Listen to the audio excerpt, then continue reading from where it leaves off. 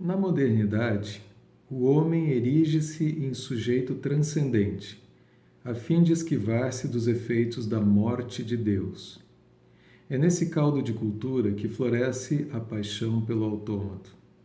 Trespassado pela finitude, o sujeito moderno desloca sua fé na eternidade para a razão científico-tecnológica. Se a paixão pelo autômato consiste em uma tentativa de desfazer os efeitos da morte de Deus, por meio da fé na racionalidade científica sustentada em um sujeito transcendente, a psicanálise, saber que concerne a um sujeito atravessado pela finitude, opera como um contradiscurso. Ela se incumbe de indicar que o rei está nu. A Paixão pelo Autômato é um programa que se dedica ao convite para a leitura, para o debate, para a discussão sobre produções científicas, culturais, produções que dialoguem com o conceito de A Paixão pelo Autômato. No programa de hoje, vamos abordar o artigo intitulado Deus está morto, viva o autômato, publicado em 2017 na revista Estudos e Pesquisas em Psicologia. Nesse texto, os autores da trilogia A Paixão pelo Autômato procuram discutir a passagem para a modernidade, enfocando a ideia da morte de Deus como uma expressão da mudança de posicionamento da subjetividade humana frente à sua vida, frente à moral, frente à sua ética. Deus deixa de ocupar o lugar como um ordenador da cultura, e a ciência e a filosofia passam a ocupar de alguma maneira esse lugar. É nesse contexto que nasce a paixão pelo autômato. No programa de hoje, vamos receber o professor Amadeu de Oliveira Weimann, autor principal desse artigo. Mas nesse programa, também teremos a possibilidade de conhecer como a discussão sobre a paixão pelo autômato nasce a partir de um projeto de extensão cuja forma foi um ciclo de cinema e debates. Depois, se discute como os artigos foram produzidos, o método do método, para logo enfocar alguns aspectos do artigo de hoje, que vai estar aí no link abaixo na descrição do vídeo. Sempre lembrando que você pode interagir no momento que quiser, fazendo uma postagem, uma pergunta, uma contribuição, algum tipo de contato que permita com que a gente continue conversando entre um programa e outro. Meu nome é Roberto Henrique Amorim de Medeiros, este é o canal Extensão Coletiva e você já está assistindo A Paixão pelo Autômato, episódio 2, Deus está morto, viva o autômato.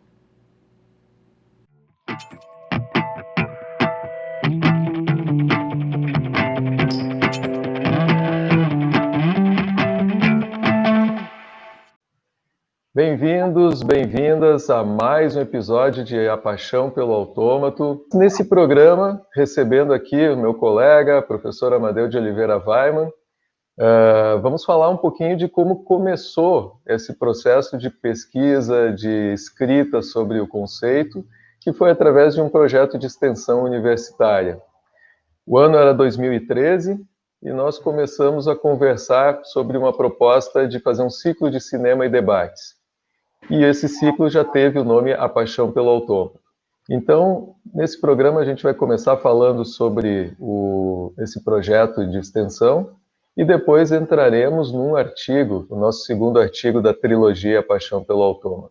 Seja bem-vindo, então, professor Amadeu de Oliveira Weimann, ao programa A Paixão pelo Autômato, segundo episódio. O que você lembra daquele longínquo ano de 2013? Oi, Roberto. Prazer estar falando aqui, para quem irá nos ouvir e ver, né? E o prazer, sobretudo, estar recuperando essa história, uma história bonita de parceria de trabalho, né?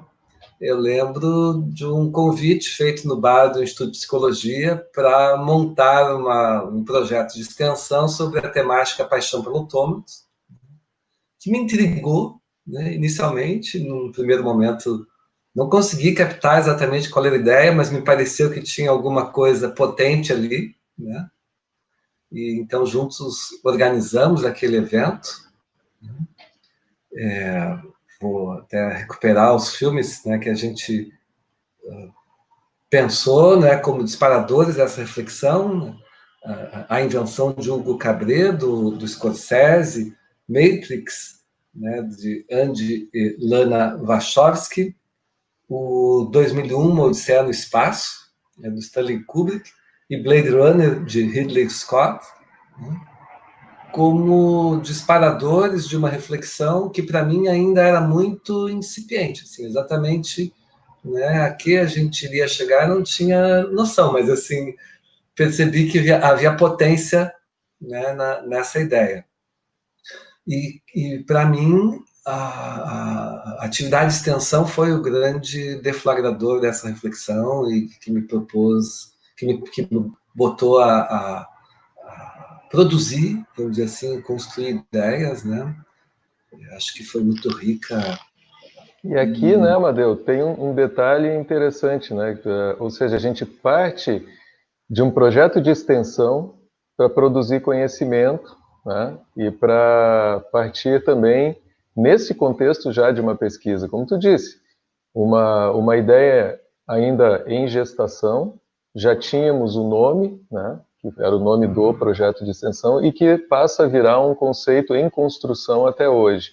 E na universidade, esse era o comentário que eu queria fazer, é interessante, até para quem não está na universidade, que está nos assistindo, parece que existe uma hierarquia, inclusive por conta da própria lógica dos sistemas que a gente tem que inscrever nossas produções, né, de que a extensão seria uma forma menor de produzir conhecimento. E interessante que a gente mantém sempre, né, de 3 em 3 anos, esse projeto de extensão. Então, primeiro em 2013, teve um segundo em 2016, e no ano passado, 2019, o terceiro projeto, onde a gente parte da extensão para produzir conhecimento. E conhecimento ali, junto com os interlocutores, com os alunos, com as alunas, né? Então, é uma questão, né? Por que será essa diferença de hierarquia entre a pesquisa e a extensão? Quando a gente vai publicar também um artigo científico, se parte de uma extensão, muitas vezes as revistas assumem que seja mais relato de experiência, né? Sim. Por que não é produção de conhecimento também, né? Sim, sim. Né, como tu sabe, minha pesquisa se dá na interface entre psicanálise e cinema, e sempre articula a pesquisa, a extensão e o ensino, né? Acho a extensão um momento muito rico, né, de interlocução, né, mais ampla, né, com diferentes setores sociais, e isso potencializa muito o nosso trabalho. E tu te recorda que nossos alunos e alunas nem eram alunos e alunas, eram participantes do projeto de extensão. A gente tinha o pessoal da saúde, o pessoal, bom, da psicologia, da assistência social, mas o pessoal da informática, da robótica, da engenharia, ou seja, que potencial de interlocução, quando a gente fala bastante da interdisciplinaridade, né, dessa coisa de um olhar complexo ao objeto, né, e a gente poder, com a extensão, ter essa integração também. É verdade, muito diversificado, né? Muito instigante. Sem dúvida, o projeto de extensão foi muito potente, né, para lançar essa reflexão, né? Então, posteriormente, nós convidamos o Gustavo Mano para escrever a trilogia, né? E foi uma experiência de escrita muito interessante, porque em mão de todo o meu poder de condensação para escrever 5 páginas, e vocês escreveram 12, 15, 18, sei lá. Então nós vimos que cada um de nós teria que escrever um artigo e fazer esse texto circular, né, entre os outros, né, de uma maneira crítica, rigorosa, né, com contribuições efetivas, né, de cada um de nós no artigo inicialmente redigido por um de nós, né? Foi realmente um prazer, né, produzir esses trabalhos, né? Essa experiência rica de trocas. E acho que saíram 3 artigos muito interessantes, né? Com as marcas de cada um dos seus autores principais, mas com as pegadas, vamos dizer assim, né, dos colaboradores, né? Acho que foi uma produção muito rica essa, e o modo de produzir é muito interessante também. Exato, isso é uma outra coisa que eu acho que tem um interesse peculiar aí para quem está nos assistindo. Como é que se produzem os artigos, né? Qual é o método do método? Então, aqui a gente pode também revelar como foi, né, a partir dessa tua narrativa. Ou seja, nos reunimos e produzimos cada um, né, um texto que circularia entre os outros para a gente produzir um artigo. E aí acabamos, né, vendo que a gente tinha um potencial para 3 artigos, porque a gente tomava questões bastante específicas. E nesse método, ou seja, o meu texto inicial, passando pelo crivo, pelas contribuições tuas e do Gustavo, e assim, né, fazendo a roda com os outros 2 textos. Né. Especificamente em relação ao artigo pelo qual me responsabilizei, ele me foi suscitado, né, como já comentei outras vezes, pela música do filme 2001, Uma Odisseia no Espaço. Primeiro que música assim falou Zaratustra, né, do Richard Strauss, é de uma grandiosidade extraordinária, né? Mas depois que ela me remeteu para o problema fundamental que me parecia subjazer ao tema da paixão pelo autômato, né? Que é a morte de Deus. Né? Esse é um tema filosófico do Nietzsche, que ele vai trabalhar especialmente, né, ou de uma forma particularmente importante no livro, que se chama Assim Falou Zaratustra. Aliás, dizer que é particularmente nesse livro é uma imprecisão.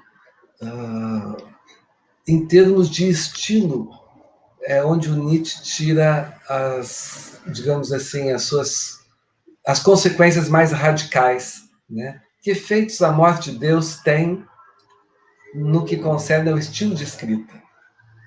Eu acho que esse é o grande tema do Assim Falou Zaratustra e do filme 2001, Odisseia no Espaço, né? E que é a ideia de um estilo trágico. Né? O tema do trágico, me parece, subjazer a essa questão da paixão pelo autômato, mas deixa eu me explicar melhor. No sentido de que as 2 obras que eu acabei escolhendo, inicialmente 2001, Uma Odisseia no Espaço, e o Blade Runner, são obras que, ao mesmo tempo que incorporam isso que a gente chama, né, como algo do pathos da modernidade, elas fazem uma torção criativa que permite, digamos assim, a abertura de outras possibilidades, de outras formas de lidar com esse efeito de desamparo decorrente da morte de Deus nas culturas ocidentais modernas. Amadeu, então vamos fazer o seguinte, vamos segurar essa questão para o pessoal que pode, de repente, ouvir, né, a expressão a morte de Deus e não, né, e possa achar mais no senso comum, como assim, né, algo que por definição é imortal, né, como é que pode haver a morte? É mais ou menos uma questão como se lança aqui no Sul, né, sobre o Grêmio de futebol porto-alegrense, né, como é que um imortal pode perder campeonatos a toda hora, né? Então, assim, acho que a gente poderia, de alguma maneira, situar um pouco, né? Do que se trataria a morte de Deus? Ou seja, o sentido da vida, os preceitos morais até determinada época da história da humanidade estavam situados num certo dogma, né? E depois disso acontece, então, essa inflexão, onde a gente não situa mais em Deus como aquilo que explica tudo, né? E começa a partir uma explicação da ciência, da filosofia. É mais ou menos por aí a ideia da morte de Deus, Amadeu? É o desmoronamento de um referente absoluto, né? Se atribui ao iluminismo, né? E no campo da ciência isso se expressa na forma de uma impossibilidade de tudo conhecer, de a tudo conhecer, ou de a tudo conhecer plenamente, né? Há sempre algo que se perde, há sempre um processo onde a ciência passa a ser compreendida como um processo virtualmente interminável, né, de produção de conhecimento, de uma aproximação, né, virtualmente interminável, mas que nunca chega, né? A ideia de que as palavras sempre fracassam em alguma medida a representar as coisas. A ideia de que entre o sujeito que conhece e o objeto a conhecer há um abismo. Isso tudo compõe, vamos dizer assim, isso que Nietzsche batizou com o nome de morte de Deus. Isso tem profundos efeitos na nossa cultura, na cultura ocidental moderna, e desloca, inclusive, o papel da religião nessas culturas. A religião, evidentemente, não deixa de existir, e não deixa de ter sua importância, né? Mas a religião, nas culturas ocidentais modernas, assume a função de, digamos assim, procurar fazer algo com essa perda constitutiva, com essa perda primordial. E parece, assim, interessante, né, peculiar, que Nietzsche coloca na voz de um louco essa denúncia, né, de Deus está morto. Recentemente a gente teve algumas situações, né, que a gente possa fazer um paralelo distante, mas um paralelo a isso, que é, por exemplo, uma adolescente, quase uma pré-adolescente, a quem se atribui um diagnóstico de autismo, síndrome de Asperger, né, ser uma das maiores militantes mundiais em relação ao que a humanidade está fazendo com a sua própria casa, né, a questão da ecologia. E aqui no Brasil, há alguns meses, né, acho que foi nesse ano ainda, de 2020, um imigrante, né, haitiano, ou seja, um estrangeiro, um estranho nesse país, que falava a língua portuguesa, mas com o seu sotaque, né, aquele que diz o que todo mundo já sabe, né, e gostaria de dizer ao presidente de que ele não está nos governando. Você está entendendo bem, você está entendendo, estou falando brasileiro. Você não é presidente mais. Você não é presidente mais. Não precisa existir.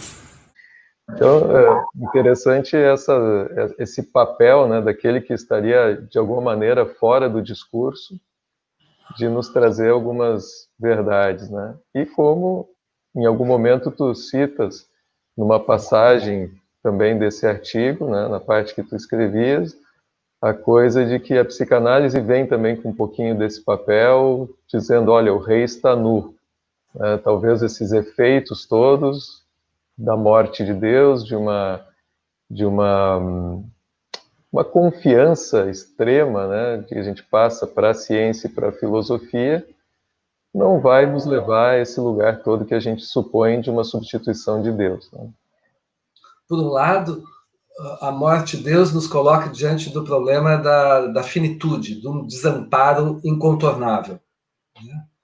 Por outro, como cultura, não paramos de reentronizar Deus, né? Não paramos de tentar encontrar substitutos para Deus, né? E a própria ciência, né, é um desses candidatos, vamos dizer assim, né, na medida em que no seu horizonte visa contornar a morte, por exemplo, né?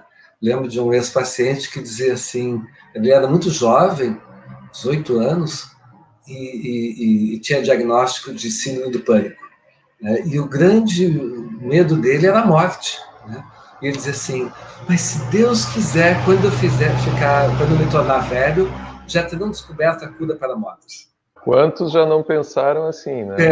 Eu penso que isso, de certa forma, está no nosso horizonte. A minha pesquisa de doutorado sobre história da infância se baseou nas pesquisas da minha orientadora do mestrado, professora Sandra Corazza, em que ela apontava com muita perspicácia que a infância é, na modernidade, destinatária dos nossos sonhos de eternidade.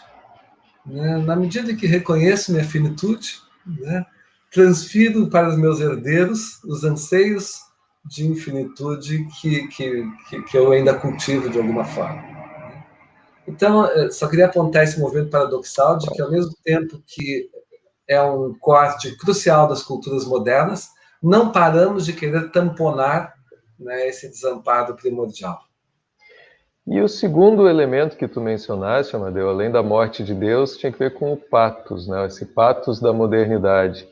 Isso também seria interessante a gente, né, fazer uma precisão, porque no senso comum, a gente, falando de patos, remete ao patológico e, naturalmente, por um certo sentido medicalizado, né, do patológico como a doença, né? Como é que tu percebe esse novo patos precisando, né, essa questão do que é o patológico que a gente trata na paixão pelo autômato, que está no próprio conceito, né? Paixão vem do patos, né?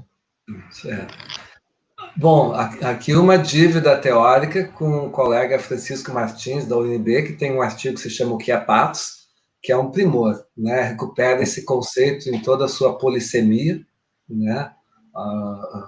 Mostrando que essa colagem entre patos e doença que a modernidade tende a produzir, empobrece o conceito de patos. Né? Patos, entre os gregos, era o espanto que dá origem à filosofia. Né? Essa ideia de que algo que me surpreende, que me choca, algo para o que eu não tenho representação, que me põe a pensar. Né? Ou, como ele diz, né, a partir de Heidegger, a disposição fundamental de um tempo, né, de uma época, de uma cultura. Né? O patos heróico da Grécia arcaica, né? Como a gente diz, né? Ou ainda, né, com o Francisco Martins, né? A ideia kantiana de paixões avassaladoras às quais estamos incontornavelmente assujeitados. Tu acabaste de falar Grêmio Futebol Porto Alegrense, né? Enfim. Então, procuramos abrir o conceito de patos, né, tanto nessa via, né, da paixão, que é uma possibilidade etimológica, né, para traduzir patos, como, inclusive, pela via da doença. Sem dúvida, algumas paixões a gente diz serem doentias. Né? Mas eu lembrei também de uma acepção que o nosso professor, né, José Luiz Caon, traz em alguns dos artigos, que o patos tem essa dimensão do provar, da provação, e do passivar, do passar por. Né? É por aí que a gente toma a paixão pelo autômato. Né? O passivo aqui no sentido de uma alienação primordial, né? Dos sujeitos modernos. Né? Isso. É interessante o passivo, né? Mas também o paciência, que remete a paciente, ou a impaciente também, né? O patético, né? Isso que, de certa forma, nos desconcerta, né? Enfim, são inúmeros termos de uso cotidiano, para não falar do apático, né? E de tantos outros, né? Que ecoam a complexidade desse conceito patos. No recorte da religião, né, católica, a gente tem a figura e a história da paixão de Cristo. Né? Ou seja, não se trata, né, de um apaixonamento por um outro objeto, necessariamente, mas daquilo que ele se envolve, e com muito sofrimento, sim, né? Mas também com uma pregnância de eu tenho que fazer isso, eu tenho que passar por isso, eu tenho que provar desta violência que estão me tratando, me remetendo para que eu possa salvar a humanidade, uma certa dimensão de desígnio também. Então, paixão pelo autômato se refere mais a esse campo mesmo, né? E não de um necessário apaixonamento romântico, como muitas vezes se pode confundir, né? Quando a gente lê ou escuta a palavra paixão na nossa cultura hoje, né? Então, feitas essas precisões, podemos retomar. Estava falando dessa inflexão para uma dimensão trágica, que tanto a música e a própria produção fílmica, né, o roteiro do 2001, Uma Odisseia no Espaço, te fez pensar, né, no fio condutor desse artigo que tu propões para o nosso grupo, que acabou tendo esse título impactante. Aliás, parabenizo pelo título, eu gosto muito de que a gente consiga, né, mesmo com os limites que muitas revistas nos dão, né, hoje em dia é o seguinte, você só pode ter 5 palavras, o título tem 105 palavras. Né? Deus está morto, viva o autômato. Sim, esse para mim foi o ponto mais importante e na minha escrita eu procurei, né, ser rigoroso num certo estilo trágico, né, de sustentar esse estilo de escrita, né. Acho que cada um de nós teve que se deparar com essa pergunta em relação a como escrever, né, que não seja de acordo com os automatismos acadêmicos, né. E tu buscaste uma saída pela via do ensaio, né, e para mim se colocou quase como um imperativo, né, buscar experimentar um estilo trágico de escrita. E aqui, não só o Assim Falou Zaratustra, do Nietzsche, mas a comparação entre o livro 2001, Uma Odisseia, e o filme foi muito importante, porque o livro tem um estilo mais explicativo, né, descritivo, né? Vamos dizer assim, não deixa ponto sem nó, como a gente costuma dizer. E o filme tem uma estética aberta, uma estética aberta, eu quero dizer assim, a múltiplas possibilidades de significação. Não fecha em nenhum momento, né? Acho esse filme um dos grandes filmes. O Kubrick é genial, mas é um dos grandes filmes do Kubrick, né? Isso em relação ao trágico. Em relação à questão da psicanálise, porque essa também foi uma questão que nos foi colocada, inclusive, pelos pareceristas, né? De que lugar vocês falam? Né? De um lugar nietzschiano, de um lugar de psicanalistas, né? E foi preciso que a gente sustentasse que falávamos como psicanalistas, que são atentos às transformações da cultura e que dialogam com outros campos, e que esse trabalho, especialmente, né, dialogava com o pensamento nietzschiano, apostando que a psicanálise é um saber trágico também. Né? Trágico no sentido de que,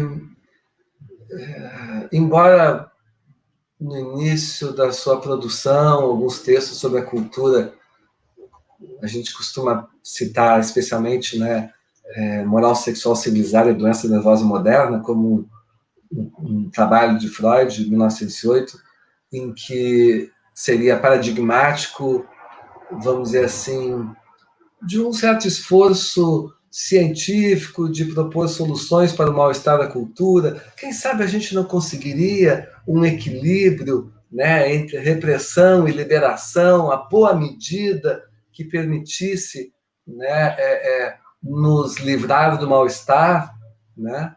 E mais adiante, Freud, na continuidade do seu trabalho, rompe definitivamente com essa perspectiva, né, de propor soluções para o mal-estar na cultura e assume ele como incontornável. Né? Então, trágico nesse sentido. Não há solução para o desamparo. Ele é primordial. O que existe é a possibilidade de uma certa gestão desse desamparo. Né?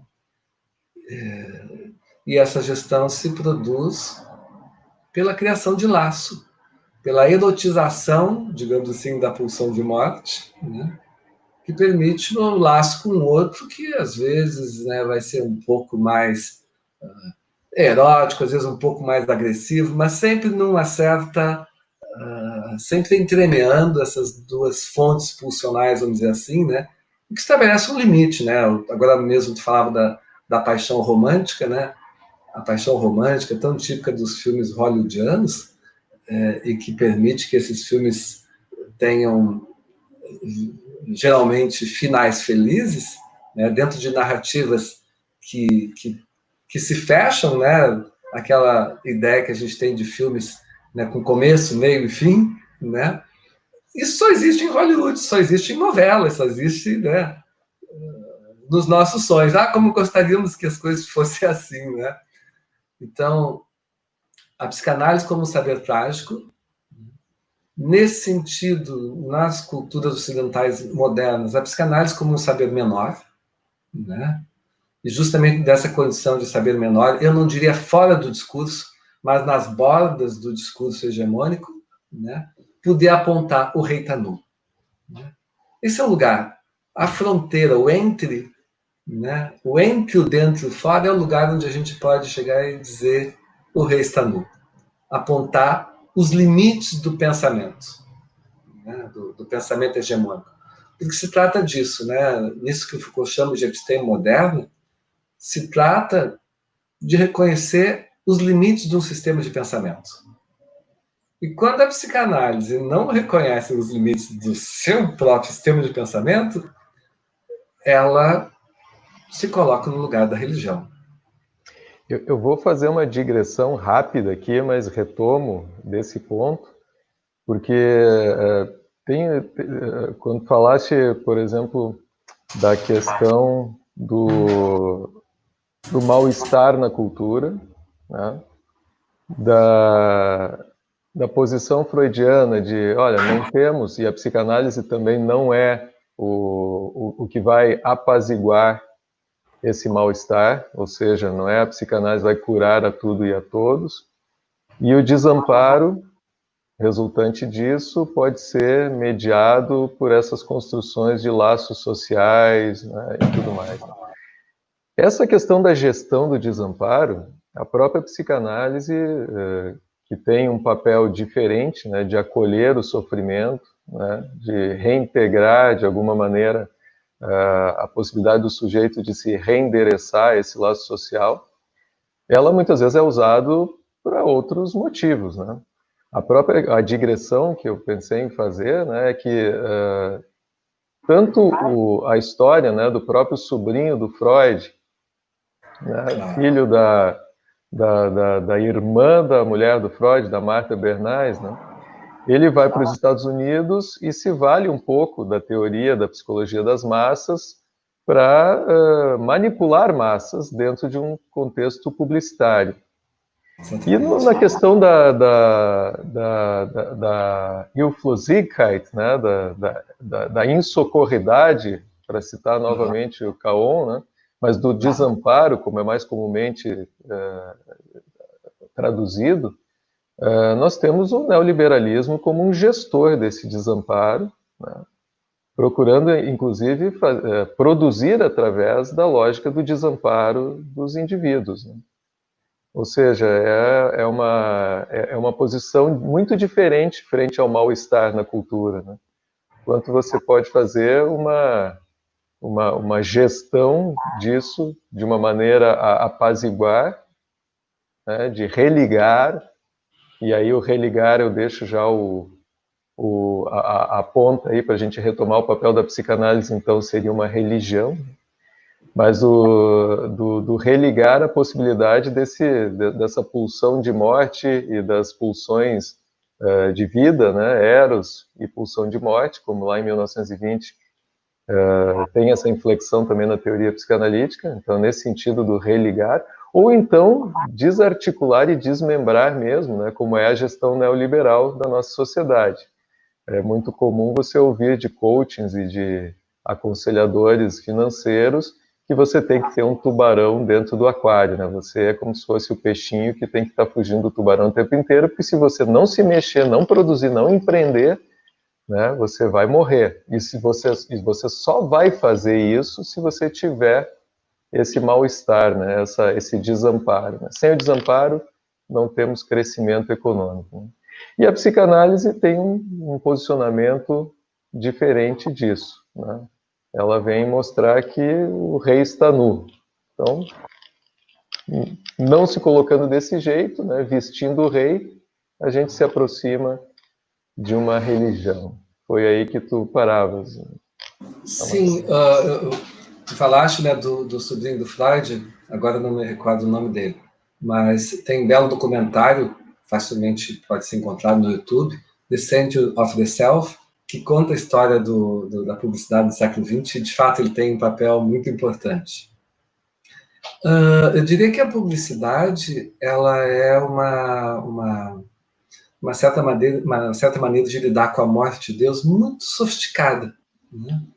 No sentido de que ela aponta que temos desejos que desconhecemos, né? E que quando satisfazemos, ainda assim nos falta algo, né? E sempre é preciso relançar, né? Bom, se eu tenho agora um computador de tal tipo, um celular de tal tipo, já não está bom, já tem outro melhor, já tem uma nova tecnologia, né? Então, é uma maneira muito sofisticada de lidar com a morte de Deus, na medida em que, por um lado, reconhece, né, a impossibilidade de satisfação e, ao mesmo tempo, joga com uma satisfação sempre possível, né? Suscita, relança na busca sempre do objeto que, enfim, irá nos apaziguar definitivamente, né? O Freud tem um texto, né, e possivelmente quem nos acompanha sabe, né, que o Freud tem um texto que chama O Futuro de uma Ilusão, né? E nós temos um colega, né, o Edson Souza, que trabalha com o tema da utopia, né? E em conversas com ele, eu sempre costumo dizer que as utopias, ao menos as utopias modernas, né, como a da qual Thomas More seria, né, vamos dizer assim, a inspiração, elas sempre assinalam com, vamos dizer assim, com a ilusão de um futuro, né?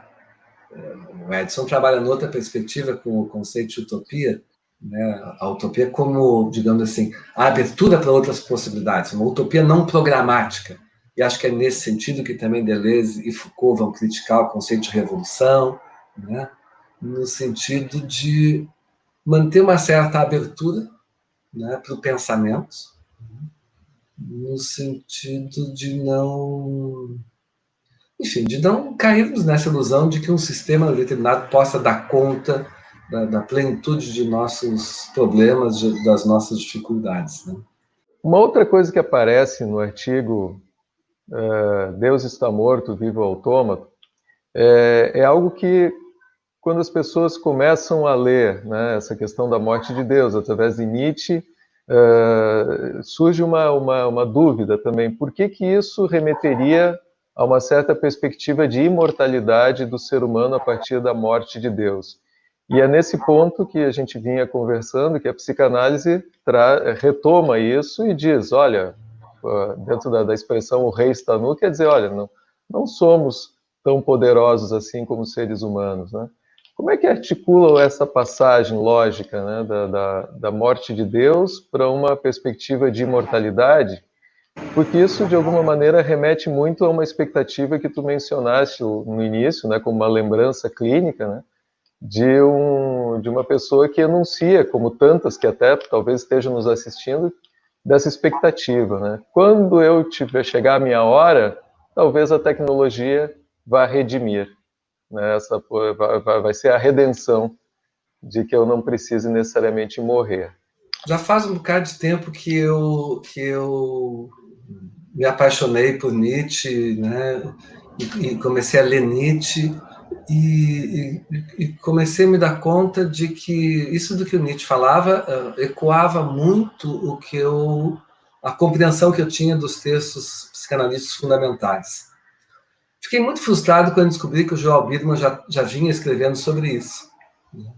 E então, lá no Mal-Estar na Atualidade, ele diz assim, totem e tabu é, digamos assim, um testemunho da morte de Deus. Não é que o mito do pai da horda reproduza o assassinato de Cristo, vamos dizer assim.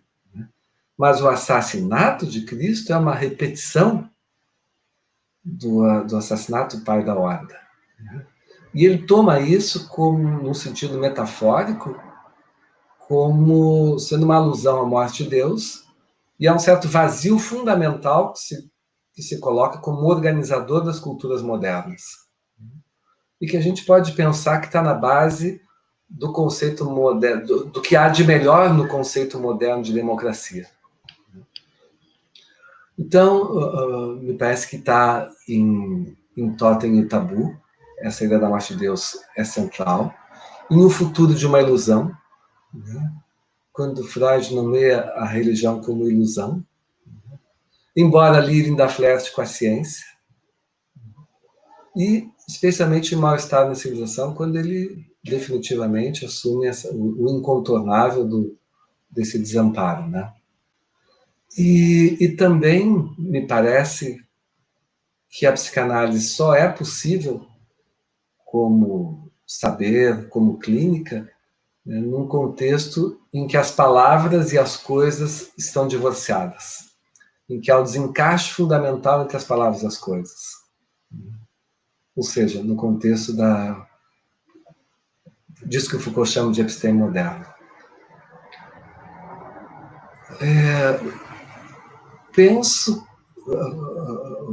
quem está aqui nos assistindo, né, talvez pense assim, nossa, mas que moderno esse discurso, né? No que há de depreciativo no conceito moderno mesmo, né?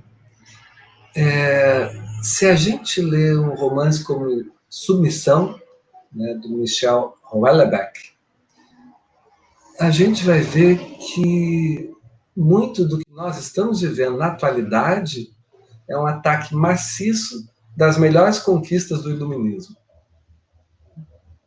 E, entre outras, a possibilidade de que a linguagem possa ser equívoca. Parece quase um absurdo que a gente tenha que levantar a bandeira do direito à equivocidade da linguagem. E, no entanto, a gente precisa, no atual contexto. E isso é defender uma das melhores conquistas da modernidade, uma das melhores heranças que temos do iluminismo. Então, esse era um ponto importante que eu queria situar, né? A relação da psicanálise com a morte de Deus. Tem coisas, às vezes, são um pouco delicadas de dizer, mas que são necessárias, né? Me parece que a clínica médica mais contemporânea, essa clínica que a gente diz, né, dos protocolos, essa clínica, tanto do ponto de vista da clínica médica estrito sensu, quanto da clínica psicopatológica, né, uma clínica que procura erradicar a equivocidade da palavra por meio da imagem, né? Cada vez a gente vai no médico, cada vez menos ele está disposto a nos escutar, cada vez mais ele nos pede exames, principalmente exames de imagem, né? Então, me parece que há uma tendência, nota bem, não quero produzir uma generalização, mas há uma tendência importante no campo da clínica médica, especialmente, né, no sentido de apagar a equivocidade da linguagem, né, no sentido de buscar uma objetividade, né, um empiricismo radical, isso que se chama de uma clínica baseada em evidências. Penso que isso é um pouco preocupante, né? E penso que existe uma surpreendente aliança na busca desse objetivo entre o saber médico e as religiões evangélicas, né? Uma busca de uma certa literalidade da palavra, de uma linguagem unívoca, né? Penso que essa é uma tendência do tempo contemporâneo assustadora. Uma linguagem universal. Uma linguagem universal, mas também uma linguagem unívoca, né? Cujos signos não deixam margem a qualquer dubiedade. O sentido é esse. Ponto. E penso que isso tem a ver com a paixão pelo autômato, né? Acho que tu trabalhas muito bem, né, no nosso primeiro artigo, né? A paixão pelo autômato, a clínica para o cuidado de saúde no tempo da tecnologia. Mas eu trago isso, Roberto, porque, por um lado, reconheço nisso uma das versões da paixão pelo autômato, né? Mas, por outro, eu quero que quem nos assiste possa entender a complexidade do fenômeno e que estamos longe de fazer uma crítica rasa, simplista, porque hoje o que nós mais queremos é que se cumpram os protocolos da Organização Mundial de Saúde em relação ao coronavírus, né? Então, eu digo isso para que quem nos assiste compreenda que a nossa leitura, né, disso que nós chamamos como um traço do patos da modernidade, né, a paixão pelo autômato, está longe de ser simplista. Buscamos que ela seja complexa, né? Está longe de apontar uma solução que seria a definitiva, o que seria uma enorme de uma armadilha que nós armaríamos para nós mesmos se caíssemos nesse engodo.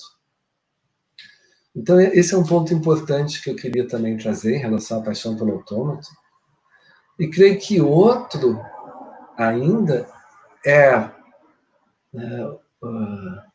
o Deleuze diz lá em O que é a filosofia, que a filosofia compreende, deixa eu ver se eu me lembro ainda, delinear um campo, o que chama, né, um campo de imanência, o campo no qual ela própria vai se situar, né? Inventar personagens conceituais, né? Ou seja, como tu disseste agora há pouco a respeito do louco que diz que o rei está nu, né? E o terceiro ponto, então, que eles apontam, né? Eu digo eles porque, se não me engano, é o livro de Deleuze e Guattari, é que uma das funções da filosofia, uma das funções do pensamento, é inventar conceitos. Eu acho que quando tu cunhou essa expressão paixão pelo autômato, tu não estava exatamente inventando nada novo, mas tu estava nomeando algo que estava no ar, algo do que todo mundo falava, né? Mas que talvez faltasse uma delimitação mais precisa, né? E não acho que isso seja pouco, não. Acho que isso é um ato de criação mesmo, né? E também penso que a potência do conceito decorre da sua, vamos dizer assim, da sua utilização. Ele é capaz de suscitar boas ideias, ele é capaz de instigar outros autores, né? Outros trabalhos, outros pensamentos, e eu fico muito feliz de saber que outras pessoas, além de nós, vêm produzindo ideias, criando perspectivas novas, instigadas por esse conceito. Então, eu lembro aqui o trabalho do nosso amigo e colega Vitor Hugo Couto Trisca, A Paixão pelo Autômato na Psicopatologia Contemporânea, publicado no livro Filosofia e Psicanálise, Psicopolítica e as Patologias Contemporâneas, volume 2, como um testemunho da potência desse conceito de instigar a criação intelectual, né? E quero te dizer que Vitor Hugo Couto Trisca, Gustavo Mano e eu temos um artigo também encaminhado para a revista Ágora, que se chama Androides sonham com amantes cibernéticos, né? Que é, por um lado, uma brincadeira com o título do livro do Philip Dick, né? Mas é também uma forma de retomar esse conceito, né? para pensar a erótica contemporânea. Né? Sei que o Cláudio está produzindo, sei que há outras pessoas que estão, né, produzindo, instigados por esse conceito, e que isso, para mim, testemunha sua potência, sua fecundidade. Né? O fato de que outras pessoas lançam a mão dele para relançar o pensamento em direções provavelmente muito diferentes daquelas que a gente pensou inicialmente, né? Mas acho que isso testemunha a potência dessa invenção e que te parabenizo por ter lançado essa ideia para a gente começar a trabalhar juntos. E eu agradeço também os loucos que compartilharam e acharam que isso poderia ser uma possibilidade de ir adiante, né? Inclusive nesse espaço aqui, né, de a gente poder fazer um bate-papo sobre esses artigos, sobre esse conceito, e ter a possibilidade de interlocução tanto dentro quanto fora da academia, porque o chat aqui embaixo do vídeo fica aberto para que quem quiser fazer uma pergunta, dizer, olha, lá no minuto número tal, né, o professor Amadeu falou não sei o quê, a gente convida para que possas também retornar aqui e fazer as respostas, o diálogo com quem quiser dialogar com nesse programa e nos outros que ainda virão. Bom, assim como nós falamos dos protocolos médicos, né, no sentido de uma certa cautela, não no sentido da sua deslegitimação, né, também é preciso comentar os efeitos desses protocolos no campo psicanalítico. Né? Não os efeitos diretamente desses protocolos, mas dessa lógica, vamos dizer assim, de um automatismo de repetição na clínica psicanalítica. Eu gosto muito de um livro do cientista político Paul Roisen, que se chama Como Freud Trabalhava. Ele entrevista 15 ex-pacientes de Freud, né, e publica 11 dessas entrevistas, onde ele mostra que Freud não era um freudiano, né, ou ao menos não era um freudiano ortodoxo. Né? Evidentemente, ele está tendo como interlocutor a psicanálise que se produz nos anos 1940 nos Estados Unidos, né? Buscando responder a exigências, né, de efetividade, a critérios de cientificidade, né, e dentro da lógica operante naquele contexto, né, produz o que se conhece, o que se veio a conhecer como a clínica standard, né, a clínica psicanalítica clássica, ortodoxa. Ou padronizada, né, também, o que é pior, uma tradução pior. Exatamente. Então, claro que a gente sabe que nessa história Lacan surge do movimento psicanalítico exatamente com o intuito de desmontar a marteladas nietzschianas, né, essa clínica standard, né, e vai propor a psicanálise como uma ética, ou seja,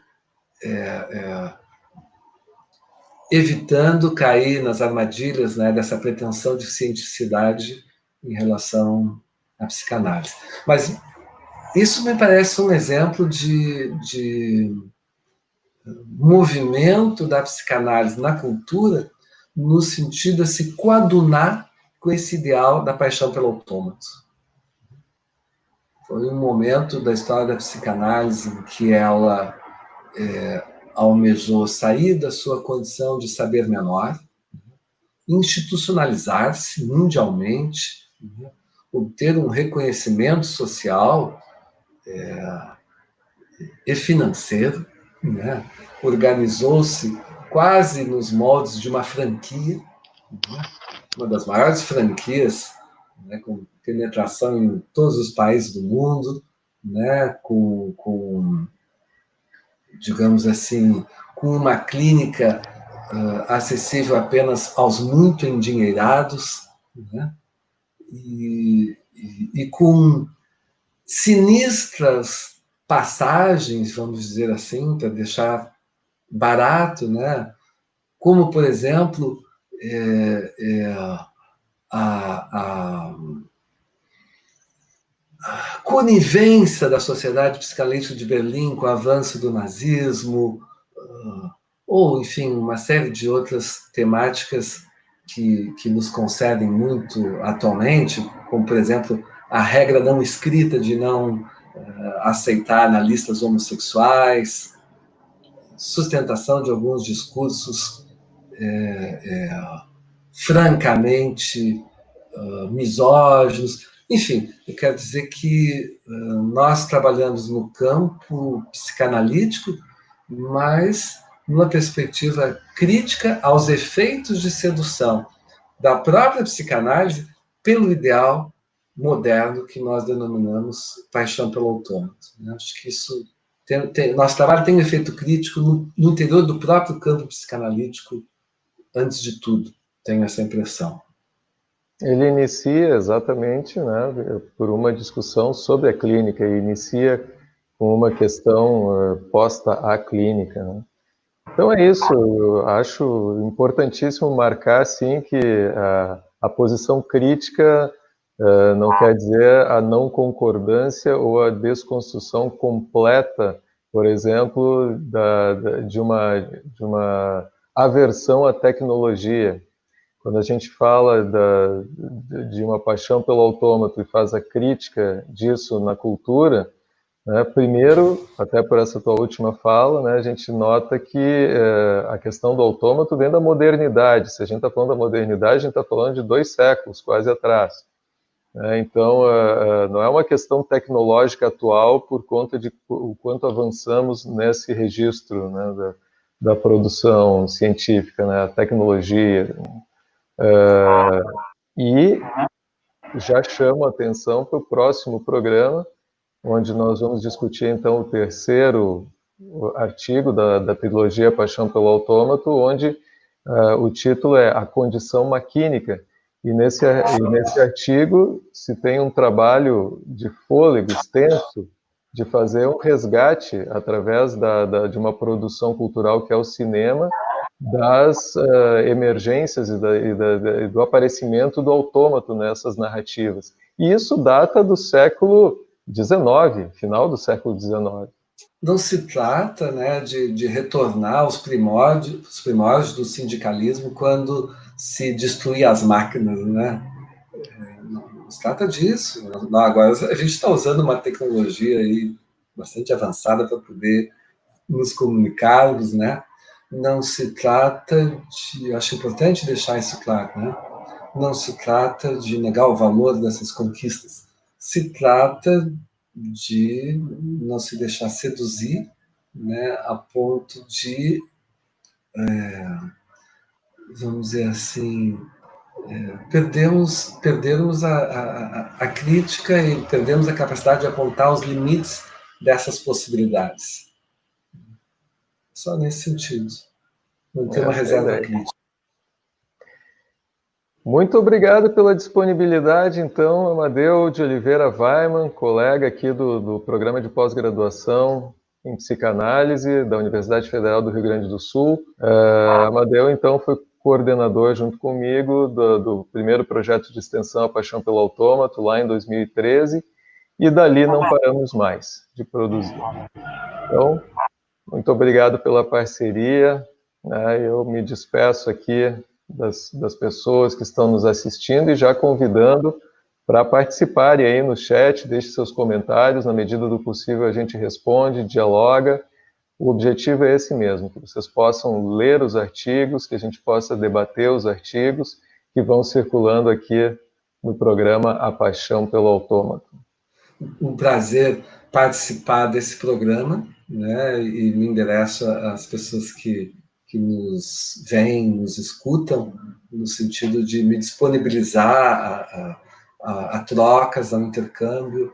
Eu acho que, como professores universitários, nós temos um trabalho intelectual que, às vezes, é denso, é complexo, não é facilmente acessível, mas, ao mesmo tempo, me parece que a gente tem um certo dever ético de enlaçar o público não acadêmico, de poder conversar com pessoas que não são desse meio, né? Senão a gente acaba caindo naquilo que se chama, né, de ficar preso numa torre de marfim. Né? Então, acho muito importante essa tua iniciativa, Roberto, e te agradeço pelo convite. Encerramos aqui, então, o segundo episódio da Paixão pelo Autômato e já convidando para no próximo mês vocês se inscreverem aí no canal, ativarem o sininho para receber a notícia do nosso terceiro episódio dessa primeira temporada. Grande abraço, até a próxima, então.